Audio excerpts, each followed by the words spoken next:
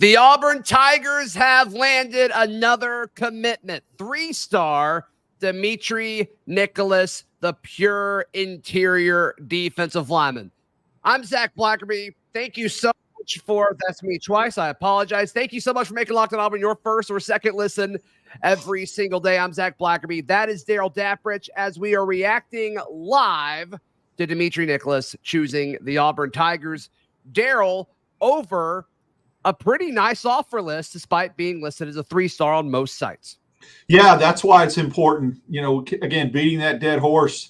Offer lists are very, very important, and who comes out and offers. But schools like Miami and Georgia and Texas A&M, and they were committable offers. He had 14 before committing to Auburn just a little while ago. True nose tackle. Rivals has him as a 4-star, but he's about as high as a 3-star as you can get in that 88 range.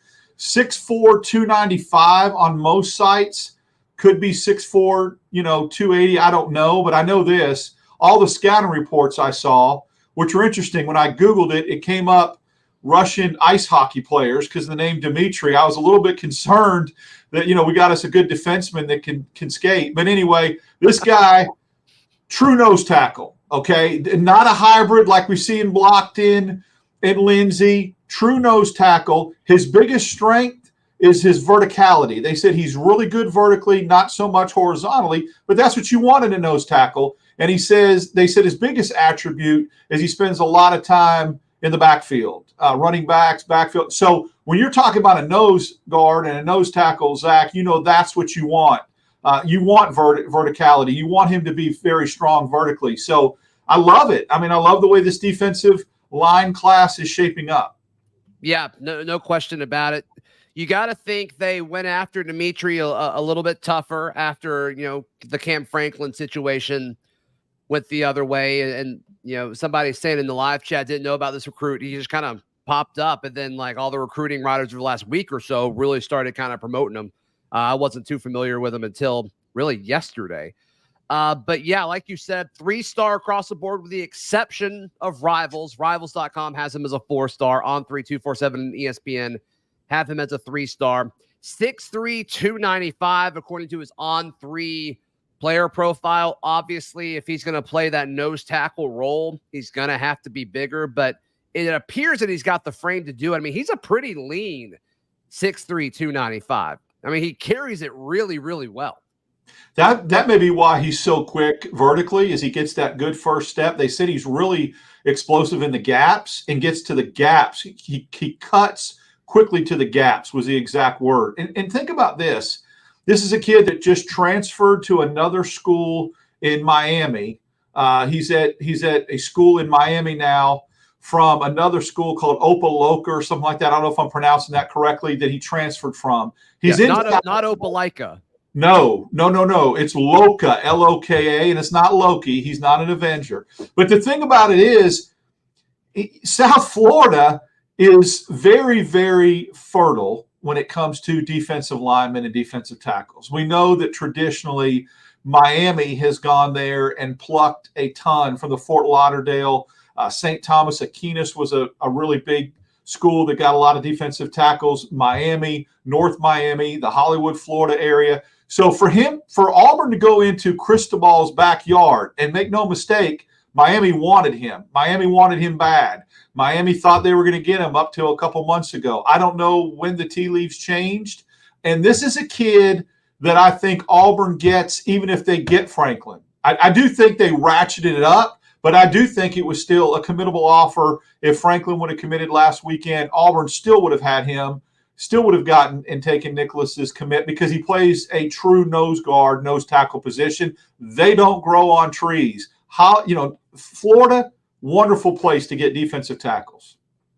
No question about it. And, the Florida Gators seem to be the second most likely school to add Nicolas behind Auburn. Also had an offer from Georgia and Texas A&M. And so to me, it's yes, he's a 3-star, a high 3-star, but also those guys that are projected to be true noses, you just don't see many of those guys be 5-stars. So I think this is a good piece to this class.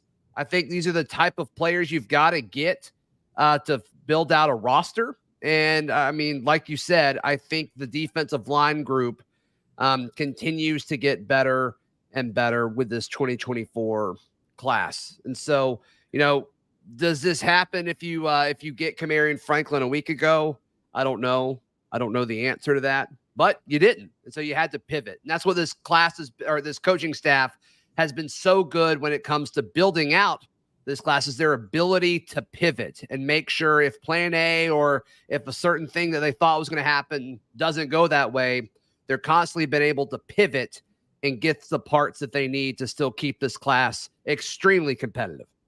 Yeah, it's interesting. I read something a couple months ago, and I don't know how it changes or fluctuates, but I read from some staff members that Auburn was going to try to get 4 defensive linemen in this class one way or the other. So you had Blockton, you had Lindsey, who I think when it's all said and done may elevate to a 5-star before after the way he played last weekend at IMG. He's good, Academy. Man. His star is going to be rising. You would have gotten Franklin if you would have gotten Franklin, and I still think you take Nicolas, which gives 4. There's a kid named, I think, Waller or someone like that committed to Florida. Auburn may still be looking at him. So I don't know. You may change it up a little bit, but the thing is the diversity along the defensive line. You've got a true nose. You got a guy blocked in that might be able to move to nose. Then you got Lindsey, who can play defensive end or even edge because he's pretty athletic and he's still pretty lean. So there's all kind of different combinations that Auburn can do right now. But you do want to if you get a true nose tackle, I think that's a great, so you don't have to project. You don't have to change somebody into that role. Someone that's used to playing there. Yeah, and you look at Auburn's current situation at nose, and it's Jason Jones and Justin Rogers. And just from an eligibility standpoint, and these guys want to play in the NFL sooner rather than later, they're not going to be at Auburn much longer. And so I think the urgency of need at this position makes it a more important pickup as well. I agree. We talked about it. Now I think you're pretty much close to the defensive line being a wrap. Probably get one more, but now go out and get some offensive tackles and maybe a couple of safeties, and we'll see how this class kind of fills out. But defensive line was an area that Auburn going into this class, the 2024 class, wanted to address. And so far, other than the Franklin situation, has done a really good job. Yep. All right. So according to On3, Auburn is at the 14th ranked class nationally and the 7th ranked class in the SEC. Your thoughts on that, Darrell Dapprich? I think unless you get a couple of 5-stars to flip between now and signing day, Auburn's landing spot is going to be somewhere in the top maybe 12, 11, somewhere in there, like a Carter comes on board. And then in the SEC, it's going to be hard to leapfrog the guys in front of you because they're so high up there nationally. I mean, you could be a top 10 nationally ranked class and be 5th or 6th in the SEC. That's just the way it is. So I wouldn't put too much bearing. I don't look as much. Sure, you want to finish in the top 3 or 4 in the SEC. But if you're finishing top 10 nationally, to me, that supersedes finishing top 5 in the SEC. I'll take a 5 in the SEC and 10 nationally all day long with this staff and how they can develop. And I think if you flip a couple of 5-stars, that's exactly where you'll be if you're Auburn. Yeah, it seems like 1 through 5, the first ranked class to the 5th ranked class nationally, they're all really, really good. And then there doesn't seem to be a huge difference between like the 6th ranked class and like the 15th ranked class. At least that's what the national media will tend to say. So we'll see. Auburn's certainly in the thick of that, which is where they need to be. I think that's the first step. You got to get there, Darrell, before you can get into the top 5 classes. And so we'll certainly see how that transpires moving forward. I think Auburn will still be going after Cam Coleman, the 5-star Phoenix City receiver that committed to Texas A&M. I think they'll still go after Cam Franklin. They'll probably still try KJ Bolden. They're pursuing Zaquan right now, the 5-star defensive back. I don't think Auburn's going to get him, but we'll certainly see how all that transpires. But I think this is kind of where Auburn's going to live in the recruiting rankings for the 2024 cycle. It could totally jump after this coaching staff puts together some proof of concept And then, in December on early signing day, can he have another, Merry Flipmas for all of us before we celebrate the Happy New Year? I don't know.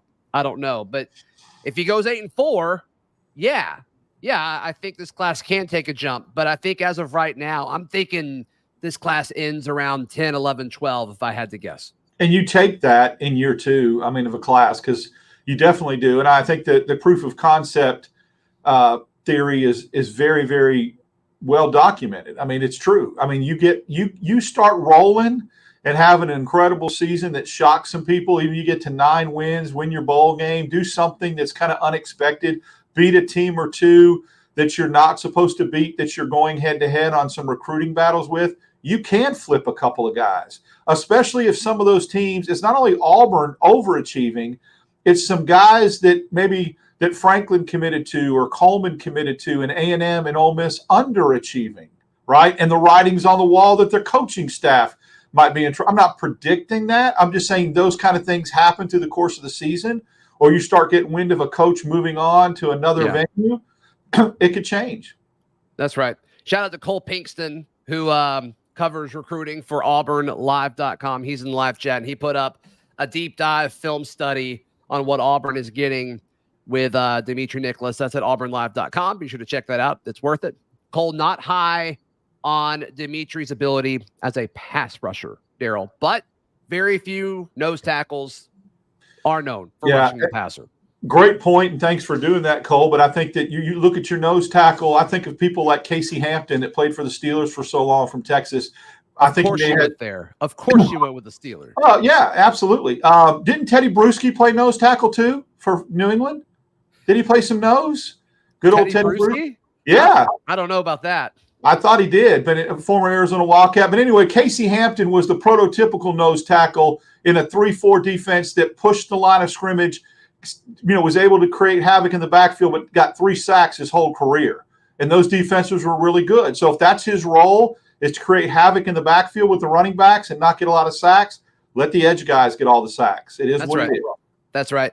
All right, we'll stay live for a few more minutes, guys. If you want to ask any questions or share any thoughts or comments about Auburn's recruiting situation right now, we'd love to shed some light on that before we wrap things up here. I had a few questions on Zaquan Patterson. I personally don't think Auburn's going to land him, but we'll see. I hope I'm wrong there. Some chatter about offensive line and DeAndre Carter. Certainly excited to see DeAndre Carter be a part of this class. Auburn feels like he's a part of this class. The people that cover Auburn recruiting feels like he's going to be a part of this class. And so DeAndre Carter is going to be the next one of the bigger celebrations, I think, once all that's that would make 18, right? This commitment makes 17. That would make 18. And I think we projected, both of us, that Auburn would land around 22.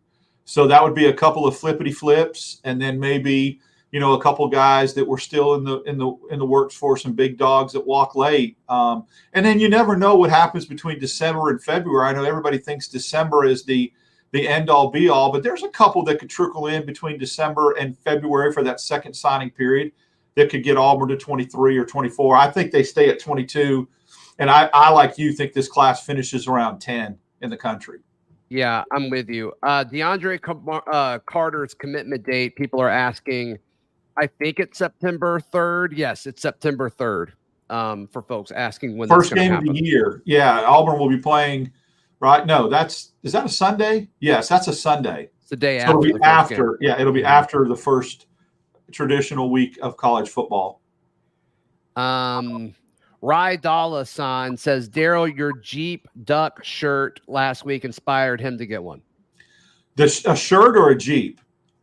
Because that's interesting. If just the shirt inspired somebody to get a Jeep, the boy's got some coin, or the person's got some coin. But yes, if it's the shirt, it was a Father's Day present, and I love it. It's a great shirt. So there you go. Jeep influencer Darrell Dapprich. There's no question about it. Yeah. It's pretty cool having. I think Auburn. If you count Carter, who's going to be the day after Auburn starts their season, but the fact that Auburn's got 18 guys committed going into the season. That feels like way more than normal. I'm right on that, right? That's right. And not only that, it's very high quality too. I think I don't know what the average star ranking, he was at It 88. dropped. So it dropped. I mean, but Seventh now. That's a kid that you got to have that's good. So I don't really don't. He makes your roster better. Yeah, you need those kind of guys. Right. Cool. All right. So I think that's going to be what's next is DeAndre Carter. Don't know if we'll go live after that or not, just because of the timing of it, but we will certainly see. Depends on when that is. But while you're here, Dap, just a reminder for everybody, after every game, Darrell, Dapprich, and I will record a show. It will go up every Sunday morning throughout the season. We did this last year. We called it the Locked On Auburn the morning after, and we will do that for every game this year. And those are a hit. Those are a hit because I guess people wake up on Sundays and watch YouTube, so which is great. Well, it speaks volumes that I had a lot of fun doing those last year, and you consider the year we had. It was pain having to go through the Harsin regime early on and some of those losses, and we still had a good time. And really, towards the end of the year was a payoff. Right, we felt good again. So I suspect this is going to be completely different with different vibes and feelings during these. I think so. I just recorded a conversation with Andy Burcham that'll go up on Locked On Auburn next week, and it's just like night and day difference between now and a year ago. Yeah, with everything. So, congrats to Dimitry Nicolas, and congrats to this Auburn coaching staff for that commitment. And I mean, I love it when Dimitry tweeted out where he was going. He said he's coming to the SEC, so that was important to him going to that conference. And he had several offers from schools within that conference, and he chose the Auburn Tigers. So I think it's great. Once again, the offer list of this kid does not look like a traditional 3-star, and he was a 4-star on Rivals, so he may get that 4th star on other boards as well. Totally agree. And remember, some of the uncertainty about some other schools and conferences and that kind of thing could really start to accelerate as we get closer to the end of college football season. Yep. Where people were wondering about all this conference realignment, and that could help in recruiting too. No question. Darrell, Dapprich, how can people give you some love, brother? Follow me on Twitter, Dap6410, and then Mondays and Tuesdays, various times on the Auburn Network on some shows. Yes. Please like the video or the live stream, depending on when you're watching. And also, please click that subscribe button. Would really, really appreciate it. You can check out all my written work at auburndaily.com. Until next time, we'll see you. This has been Locked On Auburn.